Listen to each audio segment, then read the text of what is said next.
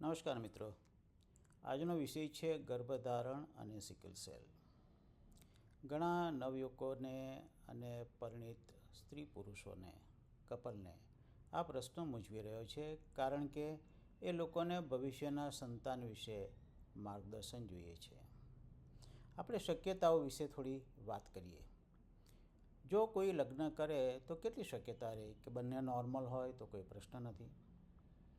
કોઈ એકમાં sickle cell trait હોય અને બીજા નોર્મલ હોય તો પણ કોઈ પ્રશ્ન નથી. પણ જો બંનેમાં સિકલ સેલની ખામી હોય, વાહક તરીકેની કે ડિઝીઝ તરીકેની, તો એ લોકોને ચિંતા છે નેક્સ્ટ જનરેશનની, કે આવનારું સંતાન કેવું હશે, નોર્મલ હશે, ટ્રીટ હશે કે ડિઝીઝ હશે. મિત્રો, એક વાત મારે તમને કહેવી છે. અત્યારના નવયુવાન અપરિણિત હોય કે જેઓ પરણેલા છે, તે એક કામ આપણે જરૂર કરી લઈએ, સત્વરે કરી લઈએ અને શક્ય બને તો તરત કરી લઈએ, કે સિકલ સેલ એનિમિયા સંદર્ભે આપણે લોહીનું પરીક્ષણ HPLCના માધ્યમથી અવશ્ય કરાવી લઈએ.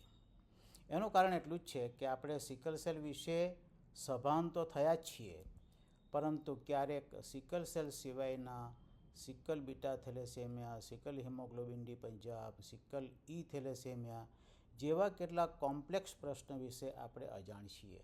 અને એટલા જ માટે મારો આગ્રહ છે કે પ્રત્યેક નવપરિણીત યુગલ હોય અથવા તો પરણવાના હોય, HPLCથી ટેસ્ટ કરાવી કન્ફર્મ કરી લેવું અત્યંત જરૂરી છે. જો તમે એ ટેસ્ટ કરાવ્યો છે અને જો તમે વાહક તરીકે સિકલ સેલ ધરાવો છો અથવા તો સિકલ સેલ ડિઝીઝ ધરાવો છો અથવા તો બીટા થેલેસેમિયા કે હિમોગ્લોબિન ડી પંજાબ ધરાવો છો, તો પ્રેગ્નન્સીના સંદર્ભમાં શું માર્ગદર્શન હોઈ શકે? પહેલી વસ્તુ તો એ છે કે જે દિવસે ગર્ભધારણ થાય, શુક્રકોષ અને અંડકોષનું ફલન થાય, એ જ દિવસે નિર્ધારિત થઈ ચૂક્યું છે કે તમારું સંતાન કેવું હશે. અને જ્યારે એ શક્યતાની વાત કરી ત્યારે જો બંને જણ સિકલ સેલ ટ્રેટ હોય તો 3 શક્યતા નોર્મલની, શક્યતા સિકલ સેલ ટ્રેટની અથવા તો સિકલ સેલ ડિઝીઝની ત્રણેય હોય છે. અને એટલા જ માટે એ જાણવું જરૂરી છે ડિલિવરી પહેલાં કે કયા પ્રકારનું આ બાળક છે. આવી જ રીતે શક્યતા સિકલ હિમોગ્લોબિન ડી પંજાબ કે સિકલ બીટા થેલેસેમિયા પણ હોય છે. મિત્રો, યાદ રાખો, હવે ગર્ભ પરીક્ષણના માધ્યમથી 3 માસે આપણે જાણી શકીએ છીએ કે જે ગર્ભધારણ થયું છે, જે ગર્ભ વિકસી રહ્યો છે અંદર, એ કયા પ્રકારનું છે. અને એ જાણવા માટે ખૂબ સરળ ટેકનિક છે, અને એ ટેકનિક છે પ્રીનેટલ diagnosis.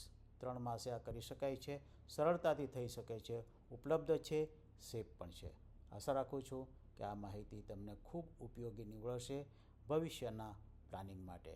Thank you very much for patient listening. હું doctor Jyotish Patel, sickle cell expert, Shri Sudeep multi speciality hospital, Bardoli, આપને શુભેચ્છા પાઠવું છું. ધન્યવાદ.